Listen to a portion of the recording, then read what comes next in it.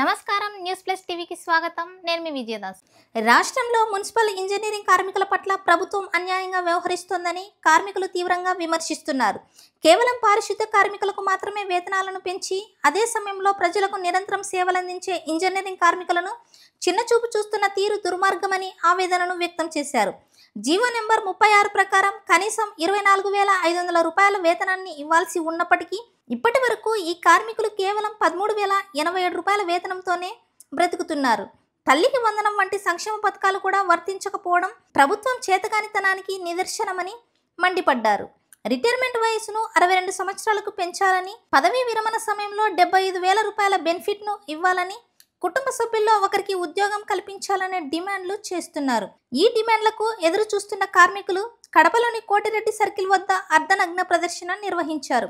తమ న్యాయమైన డిమాండ్లను ప్రభుత్వం పరిష్కరించకపోతే జూలై 9న దేశవ్యాప్తంగా జరిగే సమ్మెలో పాల్గొని జూలై 12 అర్ధరాత్రి నుండి కడప నగరంలోని నీటి సరఫరా, వీధి దీపాలు మరియు ఇతర కార్పొరేషన్ సేవలన్నీ నిలిపివేస్తామని హెచ్చరించారు.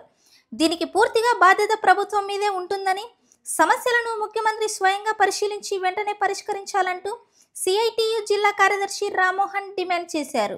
ఈ నిరసన కార్యక్రమంలో జిల్లాలోని ముఖ్య నాయకులు, కార్యదర్శులు మరియు కార్మికులు భారీగా పాల్గొన్నారు.